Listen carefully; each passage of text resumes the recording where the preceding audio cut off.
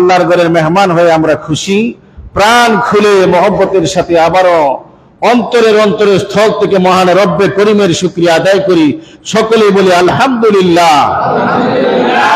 অর্থ হচ্ছে সকল প্রশংসাই হচ্ছে আল্লাহ সুবহানাহু ওয়া তাআলার, ঠিক না বেঠিক? যত কিছু আছে সবকিছুর প্রশংসা একমাত্র কার? সেই আল্লাহর প্রশংসা আমরা করেছি। আজকে যে জুমা আমরা আদায় করতে এসেছি, জিলকদ মাসের একদম শেষ জুমা এবং শেষ দিন, সন্ধ্যা হলে জিলহজ শুরু হবে। সকলে বলেন আলহামদুলিল্লাহ। সন্ধ্যার সাথে সাথে জিলহজ মাস শুরু হবে, মানে হজ্জের মাস।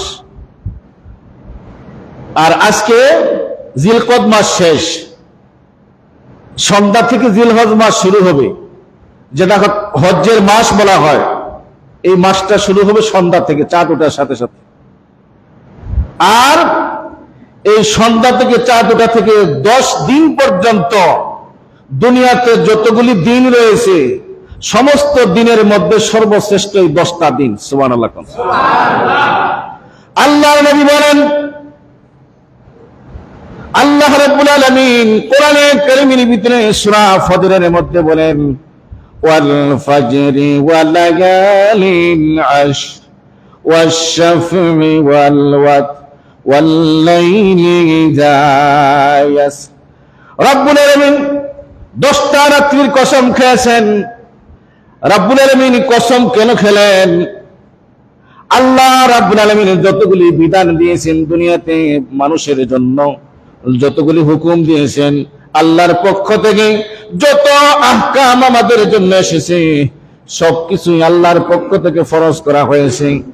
আল্লাহ রাব্বুল আলামিনের প্রত্যেকটা কথা দাম আছে, আল্লাহ রাব্বুল আলামিনের প্রত্যেকটা কথার ওজন আছে, আল্লাহ রাব্বুল আলামিনের প্রত্যেকটা আওয়াজের মূল্য আছে। কিন্তু আল্লাহ কিছু কিছু সময় তিনি কসম খেয়ে বলেন, দুনিয়াতে কোনো মানুষ যখন কাউকে কোনো কথা বিশ্বাস করাতে চায়, তার প্রতিপক্ষ যখন বিশ্বাস করতে চায় না, সে এতটুকু করেছি, কারণ এটা দিয়ে সে ওই কথাটাকে শক্তিশালী বানায়, এই কথাটা দিয়ে সে তাকে বোঝাইতে চায় আমি বিন্দু পরিমাণ এখানে লুকোচুরি করি নাই। তেমনি ভাবে আল্লাহ রাব্বুল আলামিন মানুষের জন্য দুনিয়াতে কিছু কিছু সময় আল্লাহ কসম খেয়েছেন, পাহাড়ের কসম খেয়েছেন, কোন সময় সূর্যের কসম খেয়েছেন, চন্দ্রের কসম খেয়েছেন, নক্ষত্রের কসম খেয়েছেন, সাগরের কসম খেয়েছেন, রাত্রির কসম খেয়েছেন, দিনের কসম খেয়েছেন। আর দুনিয়াতে যত কিছু আছে সবকিছুর কসম খাওয়ার মালিক একজন, তিনি কে? আর দুনিয়ার মানুষ অন্য কোন দিক দিয়ে কসম খাইতে পারবে না। মায়ের কসম বলতে পারবে না, সম্মানের সন্তানের কসম বলতে পারবে না, মসজিদের কসম বলতে পারবে না। দুনিয়ার আর কোন কসম খাওয়ার মতো সুযোগ নাই। যদি সে কারো মাথায় হাত দিয়ে কসম করে কবিরা গুনাহ করবে। বান্দা বান্দি শুধু একজনের কসম খাইতে পারেন, তিনি হচ্ছেন কে? আর আল্লাহ সব কিছুর কসম খাইতে পারেন। বান্দা কোনো কিছুকে প্রমাণ করার জন্য, সত্য করার জন্য যখন বলে আল্লাহর কসম, ওই কথাটা খুব শক্তিশালী হয়ে যায়। কথা বলেন ঠিক না বেঠিক? যখন বলে আমি আমার আল্লাহর কসম খেয়ে বলছি এইটুকু আমি করেছি, এতে বোঝা গেছে তার মধ্যে সততা আছে, শক্তি আছে, তার কথার মধ্যে কওয়াত আছে। এমনি ভাবে রব্বুল আলামিন মাঝে মধ্যে কিছু কসম দিয়ে বান্দাদেরকে কিছু কথা বলেছেন। কোরআনে কারীমের ভিতরে কিছু আয়াত তিনি পেশ করেছেন। এই ফজরের আয়াতের মধ্যে আল্লাহ রাব্বুল আলামিন বলেন, ওয়াল ফাজরি ওয়া লায়ালিন আশরি ওয়াশ শাফঈ ওয়াল ওয়াতরি। আল্লাহ রাব্বুল আলামিন বলেন ফজরের কসম খেয়েছেন। আল্লাহ কিসের কসম খাইছেন? কোন কোন জায়গায় আল্লাহ সময়ের কসম খেয়েছেন, ওয়াল আসর। কোন কোন জায়গায় বলেছেন ওয়ান নাজম, চন্দ্রের কসম খেয়েছেন। এই সূরার মধ্যে সূরাতুল ফজর, এই সূরাতুল ফজরের মধ্যে আল্লাহ রাব্বুল আলামিন ফজরের সময়ের কসম খাইলেন, ফজরের কথা বললেন ওয়াল ফাজরি, ফজরের কসম খেয়ে বললেন ওয়া লায়ালিন আশরি, 10 রাত্রির কসম খাইলেন।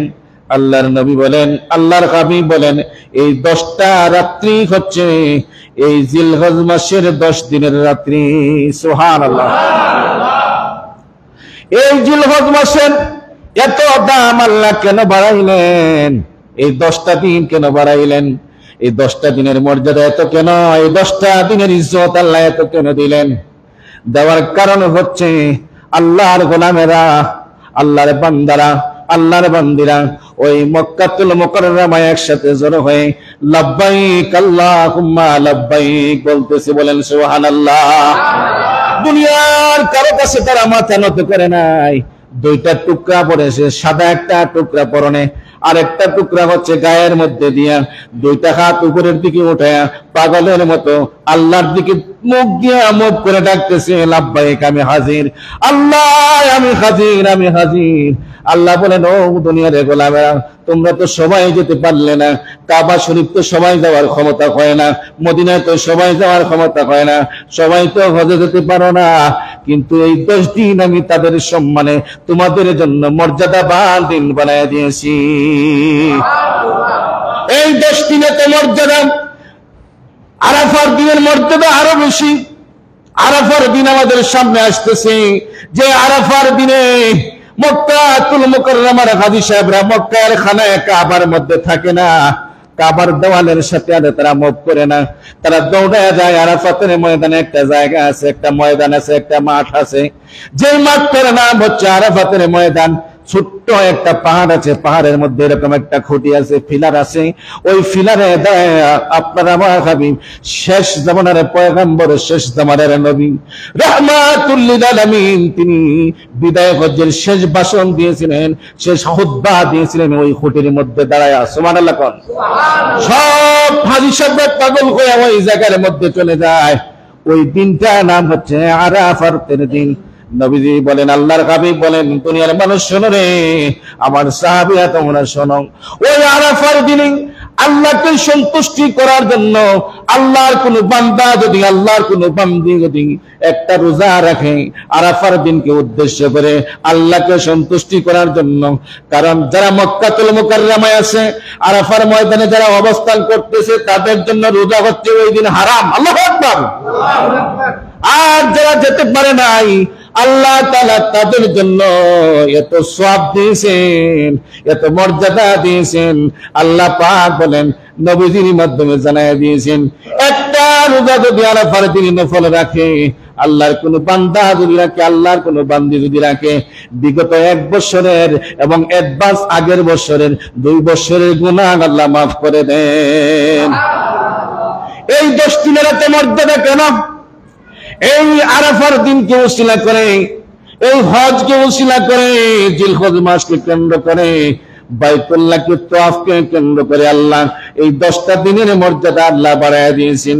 নবীজি বলেছেন, যার জীবনে এই জিলহজ মাসের 10টা দিন পাইল, সেই দিনগুলি যেন হেলায় নষ্ট না করে। এক একটা সময়ের মর্যাদা আল্লাহর কাছে বেশি। এজন্য সন্ধ্যা থেকে জিলহজ মাস শুরু হবে।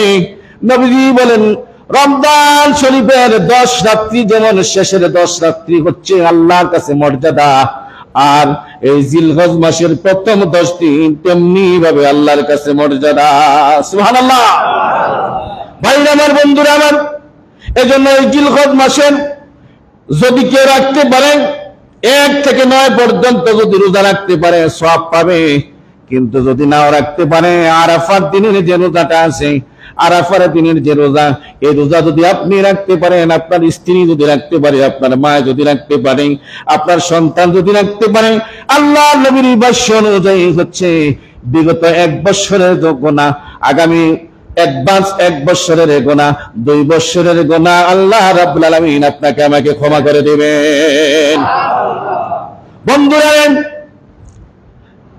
এই মাস হচ্ছে কোরবানির মাস। যাদেরকে আল্লাহ তাআলা সম্পদ দিয়েছেন, বিত্তবান বানাইছেন, অর্থের মালিক বানাইছেন, তারা কুরবানি করবে কাকে সন্তুষ্টি করার জন্য?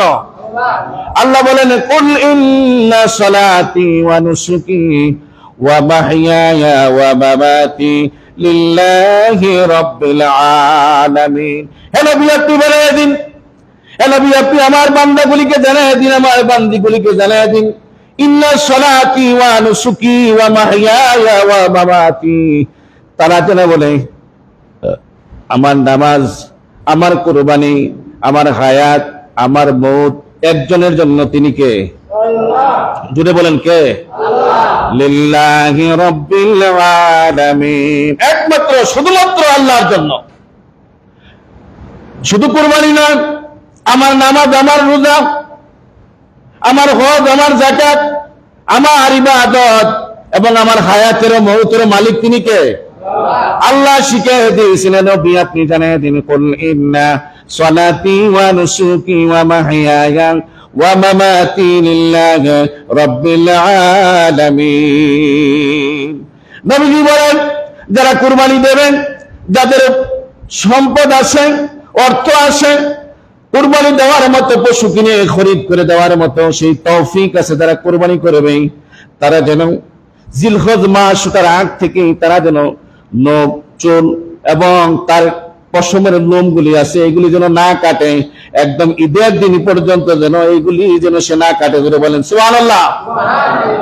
দেখেন, এইগুলি কাটার মধ্যে সওয়াব, পরিষ্কার পরিচ্ছন্ন করার সওয়াব। আবার আল্লাহ বলতেছেন এইগুলি যেন না কাটে। ধরে বলেন আল্লাহু আকবার। আল্লাহর হুকুম সব জায়গায় আছে। নবীজি বলেন, যারা কুরবানি দিবে, নবীজি মিম্বরে দাঁড়িয়ে বয়ান করতেছেন, সাহাবীদেরকে বলতেছেন, সাহাবীরা রে, যারা কুরবানি দিবা তারা জিলহজ মাস ওঠার আগে তোমার দাড়ি, তোমার গোফ, তোমার চুল, তোমার লোম, তোমার যত কিছু পরিষ্কার পরিচ্ছন্ন করা, তোমার হাতের নখগুলি কেটে নিবা। আর ঈদের দিনের আগ পর্যন্ত এগুলিতে কেসি লাগাইবা না, বেলেট লাগাইবা না, খুল লাগাইবা না, কারণ এইগুলির মধ্যে আমার আল্লাহর ইবাদত রয়েছে। সুবহানাল্লাহ। যারা কুরবানি করবা তারা এই কাজগুলি করবা না, এর আগেই সেরে নিবা। এই 10 দিন তুমি পাগলের মতো থাকবা, তোমার চুলের মধ্যে তুমি খুল লাগাইবা না, মাথায় কেসি লাগাইবা না, তোমার হাতের মধ্যে তুমি বেলেট লাগাইবা না। এগুলি যতটুকু লম্বা হইতে পারে ছেড়ে দাও, কারণ এইগুলির মধ্যেও আমার আল্লাহর ভালোবাসা রয়েছে। সুবহানাল্লাহ। যে সকল সাহাবীরা কুরবানি দিতে পারবে তারা খুশি হয়ে গেল, যারা দিতে পারবে না তারা বেজার হয়ে গেল। গরিবের জন্য সাহাবী দাঁড়ায় নবীজির কাছে প্রশ্ন করলো, ইয়া রাসূলুল্লাহ, ইয়া হাবিবাল্লাহ, যারা কুরবানি দিতে পারবে না তারা কি সওয়াব পাবে না? নবীজি বারাক্রান্ত হৃদয়ে বললেন, সাহাবীরা রে, আমার আল্লাহ এমন না শুধু ধনীদেরকেই শুধু সওয়াব দেবেন আর গরিবদেরকে দেবে না। গরিবরা যদি কুরবানি নাও দিতে পারে, আমল যেন তারা ধরে রাখতে পারে। ধরে বলেন সুবহানাল্লাহ। যদিও কুরবানি না দিতে পারে, কিন্তু এই সওয়াবের আশা নিয়ে যদি কোনো বান্দা, যদি কোনো বান্দি যদি আমলটুকু করে, আল্লাহ রাব্বুল আলামিন কুরবানির দাতাকে যেমনি ভাবে এই আমলে সওয়াব দান করবেন, কুরবানি না দেওয়া যেই ব্যক্তিগুলি আছে তাদেরকেও আল্লাহ সেই পরিমাণে সওয়াব দিতে পারেন। সুবহানাল্লাহ। বন্ধুরা, নবীজি বলেছেন, যখন জিলহজ মাস চাঁদ আকাশে উদিত হবে, তোমরা বেশি করে কোরআনে কারীম তেলাওয়াত করো, বেশি করে আল্লাহর জিকির করো, আর আমি নবীর উপরে তোমরা বেশি করে দুরূদ পাঠ করো। সুবহানাল্লাহ। কারণ মক্কায় যারা আছে তারা পাগলের মতো শুধু তাদের জবান দিয়ে আল্লাহরে ডাকতেছে। কথা বলেন ঠিক না বেঠিক? পাগলের মতো তারা ডাকতেছে। আপনারা বিভিন্ন মিডিয়ার মাধ্যমে দেখতে পাবেন, খানায়ে কাবাকে কেন্দ্র করে তারা মুজদালিফায় যাবে, মিনায় যাবে, সাফা মারওয়া সাই করতেছে, জামারায় পাথর মারবে, হজ্জের যতগুলো আহকাম রয়েছে, আরাফাতের ময়দানে যাবে, মিনায় গিয়ে রাত্রি যাপন করবে, খোলা আকাশের নিচে তারা থাকবে। সবাই পাগলের মতো 1-2টা কাপড় ছাড়া আর কোনো কাপড় তাদের পরিধানে থাকবে না, একমাত্র আল্লাহকে সন্তুষ্টি করার জন্য। আল্লাহ বলেন, এই পাগলগুলির জন্য আমার ঘরকে কেন্দ্র করে যেই পাগলেরা আসবে, এই খানায়ে কাবাকে কেন্দ্র করে যারা আসবে বিভিন্ন দেশ থেকে, পৃথিবীর বিভিন্ন প্রান্ত থেকে, আমি তাদেরকে ভালোবেসে, তাদেরকে মহব্বত করে, পৃথিবীর প্রান্তরে যারা আসতে পারে না তাদেরকেও তাদের তালিকায় আমি নাম লিখে দিয়েছি। জোরে বলেন সুবহানাল্লাহ। এজন্য এই 10টা দিন বড় বরকতপূর্ণ দিন। যেমনি ভাবে রমজানের শেষ 10 রাত্রি যেমন বরকত, জিলহজ মাসের প্রথম 10 দিনের বরকত বাড়ায় দিয়েছেন তিনি কে? সুতরাং রমজান মাসে আমরা যেমনি ভাবে রমজানের আমল নিয়ে আমরা পাগল হই, এই 10টা দিনের ইবাদত আমাদের কাছ থেকে যেন ছুটে না যায়, কারণ 10টা দিনের বড় মর্তবা আছে, নবীজি বলেছেন। এজন্য ভাই আমার, এই 10টা দিন নামাজকে গাফেল বানানো যাবে না। বিশেষ করে যারা কুরবানির পশু ক্রয় করবেন, যারা কুরবানির পশু ক্রয় করেন, পশু ক্রয় করতে গিয়ে বাজারে পশু কিনতে গিয়া নামাজের কোনো খবর নাই। কথা বলেন ঠিক না বেঠিক? যদি আপনাকে আমি বলি দেই, যদি আপনি ঘর থেকে আল্লাহর নামে ভরসা করে কুরবানির পশু কেনার জন্য ঘর থেকে বের হবেন, কুরবানির পশু ক্রয় করতে গিয়ে যে কয়েকটা নামাজ আপনার যাবে, এই কয়েকটা নামাজ যদি আপনি আদায় করতে পারেন, আপনি ঘরে আসা পর্যন্ত পশু নিয়ে যতটুকু সময় আপনার খরচ হবে, এই সবটুকু পরিমাণ খরচ আল্লাহ রাব্বুল আলামিনের আমল নামায় দেওয়া হবে। যদি বলেন সুবহানাল্লাহ। আপনার আমার নেকের আমল নামায় দেওয়া হবে। বাজারে আপনি ঘুরলেন, দোকানে বসে চা খাইলেন, গল্প করলেন, এবং পশু যে বিক্রয় করবে তার সাথে আপনি কথা কাটাকাটি করলেন, ঠিক না বেঠিক? না এমনি যা দাম স্যার তাই নিয়ে চলে আসে, কাটাকাটি করে না? এটাও ইবাদত বানায় দিয়েছেন তিনি কে? কিন্তু ওই লাইনে থাকতে হবে, লাইন ক্রস করলে হবে না। বন্ধুরা, এজন্য এই 10টা দিনের বরকত আল্লাহর কাছে বেশি। এই 10 দিন আপনার কাছ থেকে যেন ইবাদত ছুটে না যায়। যেমন আপনি অগ্রহায়ণ মাসে কৃষকের ফসল ফলে খুব সুন্দর দান জমিনে দেখা যায়, বৈশাখ মাসে যেমন হাওরের মধ্যে দান হয়, এবং ইবাদতের জন্য, মুমিনের জন্য, ইমানদারের জন্য, মুসলমানের জন্য এই 10টা দিন তেমনি ভাবে আল্লাহ তাআলা মৌসুম আমাদেরকে বানায় দিয়েছেন। সুবহানাল্লাহ। বন্ধুরা, এই জন্য 10টা দিনকে গাফেল বানানো যাবে না, হেলা নষ্ট করা যাবে না। হয়তো আগামী এই 10 দিন আর আমি নাও পেতে পারি, আগামী 1 বছর পরে আবার জিলহজ মাস আসবে, হজ্জের মাস আসবে, কিন্তু আমি দুনিয়ার মধ্যে নাও থাকতে পারি, কবরে চলে যেতে পারি, আমার কোনো গ্যারান্টি নাই। কথা বলেন ঠিক না বেটি? কোনো গ্যারান্টি নাই। এজন্য 10টা দিন আল্লাহর ওয়াস্তে গুনাহের কাছ থেকে বেঁচে থাকার জন্য চেষ্টা করবেন। নবীজি বলেছেন, যে কয়টা আমল বলেছেন এর মধ্যে বলছেন যে তোমরা গুনাহ থেকে বেশি করে বেঁচে থাকো, বেশি করে ইস্তেগফার করো, রাস্তায় চলার পথে, হাঁটার পথে, বসার পথে আস্তাগফিরুল্লাহ, আয় আল্লাহ আপনার কাছে ক্ষমা চাই, এই দোয়া করুন। দুরূদ পাঠ করুন রাস্তায় চলার পথে। আপনি বাজারে গেছেন, গরু কিনতেন, আপনি কথা বলতেছেন, হাঁটতেছেন, মনে মনে আল্লাহর জিকির রাখেন। ইবাদত এই গরু কিনার মধ্যে, রশি টানাটানির মধ্যে ইবাদত যিনি বানায় দিবেন তিনি কে? আল্লাহ। বন্ধুরা, মুমিনের প্রত্যেকটা কাজ আল্লাহ ইবাদত বানায় দিয়েছেন, কিন্তু সিস্টেম মোতাবেক থাকতে হবে। লাইন ক্রস করলে হবে না, লাইনের মধ্যে থাকতে হবে। লাইনে যদি থাকতে পারেন, আপনাকে বাথরুম থেকে, প্রস্রাব পায়খানা থেকে রাষ্ট্র পরিচালনা পর্যন্ত সব জায়গায় বান্দার ইবাদতের ব্যবস্থা করে দিয়েছেন তিনি কে? আল্লাহ। বাজারে যাবেন, আপনি হাঁটবেন, ঘুরবেন, গরু কিনবেন, ছাগল কিনবেন, ভেড়া কিনবেন, দুম্বা কিনবেন, উট কিনবেন, মহিষ কিনবেন কুরবানি করার জন্য। এই কুরবানির পশু কিনতে গিয়ে আপনার যত কথা কাটাকাটি হবে, যত আপনার মুখের জবানের কথা আপনার খরচ হবে, যত আপনার পয়সা খরচ হবে, যত টাকা পয়সা যাবে, যত সময় চলে যাবে, এই সময়টা আল্লাহর রাস্তায় জিহাদের সমতুল্য সব হয়ে যাবে। নবীজি বলেছেন, এই 10 দিনের ইবাদত এত মর্যাদা। সাহাবীকে বলেন, সাহাবীরে, জিলহজ মাসের 10 দিনের ইবাদতের এত মর্যাদা আল্লাহ রাব্বুল আলামিন বলেছেন, বান্দা যখন জিহাদের ময়দানে যায়, ইসলামের বিজয়ের জন্য কাফেরদের সাথে যখন যুদ্ধ করতে যায় জিহাদের ময়দানে, ওই জিহাদের ময়দানে যাওয়ার চাইতে বেশি বরকত এবং বেশি ফজিলত এই জিলহজের 10 দিনের মধ্যে রয়েছে। জোরে বলেন সুবহানাল্লাহ। সুবহানাল্লাহ, কি জোরে কোন? বন্ধুরা, জিহাদের ময়দানে যাওয়া সাধারণ কোনো কথা না। যুদ্ধের ময়দানে যাবো বড় সাধারণ কোনো বিষয় নয়। যুদ্ধের ময়দানে জীবন বাজি রেখে প্রতিপক্ষের সাথে আপনাকে মোকাবেলা করতে হয়। আপনি যদি ওই জায়গায় মৃত্যুবরণ করেন, আপনি শহীদ হইবেন, আর যদি সেখান থেকে বিজয় নিয়ে ছিনিয়ে জিন্দা আসতে পারেন, আপনি গাজী হয়ে যাবেন। ঠিক না বেটি? আপনি যদি যুদ্ধের ময়দানে সেখানে যদি প্রতিপক্ষের আঘাতে যদি আপনি দুনিয়া থেকে বিদায় হয়ে যান, আপনি শহীদ। আর যদি তাদের সাথে যুদ্ধে মোকাবেলা করে তাদেরকে হারায় যাবেন, আপনি ফিরে আসবেন, আপনি গাজী। এটার নাম হচ্ছে যুদ্ধ। নবীজি বলেন ওই যুদ্ধের চাইতে মর্যাদাপূর্ণ এই 10টা দিন জিলহজের বানায় দিয়েছেন তিনি কে? কত বড় কথা! আমল করার দরকার আছে না নাই? যে কয়জনে কইছে এরাই করবো না, সবাই করার দরকার আছে। আমল করার দরকার আছে না নাই? আমল করার দরকার আছে।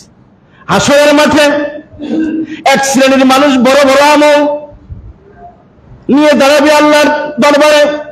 আল্লাহ রাব্বুল আলামিন তার আমল মঞ্জুর করবেন না, আল্লাহ তাকে জাহান্নামে পাঠায়া দিবেন। সে প্রশ্ন করবে, রব্বুল আলামিন আমি তো বড় পয়সাওয়ালা ছিলাম, শিল্পপতি ছিলাম, 3টা গরু কুরবানি দিয়েছি, অনেক অনেক টাকা যাকাত দিয়েছি, হজ কতবার করেছি, কিন্তু আমি এত ইবাদত করার পরেও আজকে জাহান্নামে কেন পাঠালেন? আমাকে একটু প্রশ্নের জবাব দেন। আল্লাহ রাব্বুল আলামিন বলবেন, বান্দা আমার, তুমি হজ করেছো, নামাজি ছিলে, নামাজও পড়েছো, কুরবানিও করেছো, যাকাত দিয়েছো, সব কিছু দিয়েছো, কিন্তু তোমার ভিতরের অহংকার তুমি দূর করতে পারো না। তোমার অহংকার তাকাব্বুরির কারণে আজকে তোমার সব ইবাদত আমি নষ্ট করে দিয়েছি। আল্লাহু আকবার। আরেক শ্রেণীর মানুষ আল্লাহ রাব্বুল আলামিন তাকে জান্নাত দিয়ে দিবেন। মানুষ হতবাক হয়ে যাবে, তাকে তো তেমন একটা নামাজ পড়তে দেখি না, রোজা তেমন একটা ভালো করে রাখে নাই, কেমন করে কথা। আল্লাহ ডাক দিয়া বলবেন, ওই দিন জুমার দিনের বয়ান শোনার পরে সে জিলহজ মাসের ছোট ছোট আমলগুলি করেছে, ওই আমলগুলিকে আমি আল্লাহ এত ভালোবেসেছি, ওই ভালোবাসার কারণে ওই ছোট্ট আমল দিয়া আমি তাকে জান্নাত দিয়া দিয়েছি। আল্লাহর কেউ ধরতে পারবে? আল্লাহকে কেউ প্রশ্ন করতে পারবে? কেউ জিজ্ঞেস করতে পারবে যে তুমি ছোট আমল দিয়ে তারে পার করে দিছো, আর এত বড় বড় আমল করছি সব নষ্ট করে দিয়েছে? ক্ষমতা আছে কার? ফাআলুল লিমা ইউরিদ।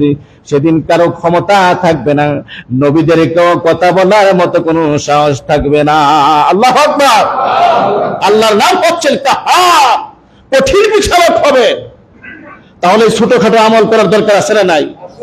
যদি না করেন কোনো গুনাহ হবে না, যদি কেউ না করে কোনো গুনাহ হবে না, কিন্তু বাড়তি সওয়াব পাবে হাসরের মাঠে পার হওয়ার জন্য।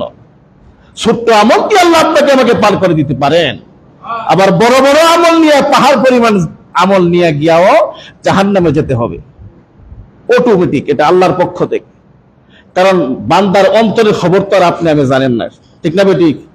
অনেক হাজী সাহেব আছে, কয়েকবার হজ করেছে, নিজের এই হজকে প্রকাশ করার জন্য অনেক ধরনের গল্প বের করে করে এটারে শোনায়, তার ভিতরে একটা অহংকার চলে আসে, এই হজ দিয়ে তো কোনো কাজ হবে না। অনেকে কুরবানি করে, বিভিন্ন শিল্পপতিরা 7টা 8টাও করে, 10টাও 15টাও করে। এই যে বড় বড় গায়করা চিত্র জগতে কাজ করে, সারাটা জীবন আকাম কুকাম করে, আর 100টা কুরবানি দেয়। এই কুরবানির কোনো মূল্য আছে? কোনো মূল্য নেই। দুনিয়াতে পাবে, কিন্তু আসলে প্রকৃতপক্ষে যদি তওবা না করে কোনো কাজে আসবে না। সারা জীবন নর্তকী করেছে, সিনেমায় গান গাইছে, এক বেটার জামাই বানাইয়া তার সন্তানাদি হয়েছে, এরকম হয় কি হয় না? আল্লাহ কি বলছে এগুলি করার জন্য? সম্পূর্ণ হারাম। আর এরা যদি যাকাত দেয় কয়েকশো কোটি টাকা, এরা যদি কুরবানি 100টাও করে, 1000 করে, কোনো লাভ হবে না। আগে তাকওয়া অর্জন করতে হবে, লাআল্লাকুম তাত্তাকুন। আগে নিজেকে পরিশুদ্ধ করতে হবে, তারপরে তোমার ইবাদত। নিজে পরিশুদ্ধ না করে নকুল কুমার বিশ্বাস 1 কোটি টাকা দিয়ে মসজিদ নির্মাণ করেছে, ঠিক না বেঠিক? আরো কত হিন্দুরা এখন দেখতেছি ভারতে, বড় বড় হিন্দু ধর্মাবলম্বীরা মসজিদ বানায় দিতেছে। বাংলাদেশও বাবু সুরঞ্জিত সেনগুপ্ত মন্ত্রী ছিলেন, অনেক মসজিদ আমাদের সুনামগঞ্জে বানায় দিছে, অনেক মাদ্রাসা প্রতিষ্ঠা করছে। তাই বলে কি সে জান্নাতি হয়ে গেছে? অনেকে মনে কইতেছে মনে হয়েছে, না বোঝা গেছে যে না, মনে হইতে পারে মসজিদ বানাইছে। আর আল্লাহর নবী বলেছেন একটা মসজিদ যে বানাইলো তার জন্য আল্লাহর ঘর একটা জান্নাতের মধ্যে আল্লাহ বানায় দিবেন। যদি বলেন সুবহানাল্লাহ। অনেক বাবু সুরঞ্জিত সেনগুপ্ত অনেকগুলি মসজিদ নির্মাণ করেছে, মাদ্রাসা নির্মাণ করেছে, মন্দির বানাইছে, টাইলস দিয়া, ইমাম সাহেবের বেতন সরকারি কইরা দিছি, এই জন্য কি সে জান্নাতি হয়ে গেছে? এখনো আসতে কয় হইছে না, কশিন কালেও না। এরকম বাবু যদি আরো 1000 মসজিদ নির্মাণ করে, তারপরে জান্নাতে যাওয়ার কোন সুগ্রাণ তার ভাগ্যে নসিব হবে না। তেমনি ভাবে যতই আপনি 100টা কুরবানি করেন, 1000 কুরবানি করেন, আকাম কোকাম করে আপনি দেশ নষ্ট করে ফেলাইছেন, আপনার কুরবানি আল্লাহ কবুল করার জন্য বইয়ে দিচ্ছে। আপনার যাকাত নেওয়ার জন্য আল্লাহ তুই করে কাঙ্গালি হইয়া বৈশা দিছে। এই যে দেশের নর্তকীরা এগুলি করে, মানুষ এগুলি দেখে দেখে ছেলেরা ধ্বংস হচ্ছে। কথা বলেন ঠিক না বেঠিক? আর 100টা কুরবানি দেশে আল্লাহ জান্নাতে চলে যাবে। কত সহজ জান্নাতে যাওয়া, এতই সোজা জান্নাতে যাওয়া। এর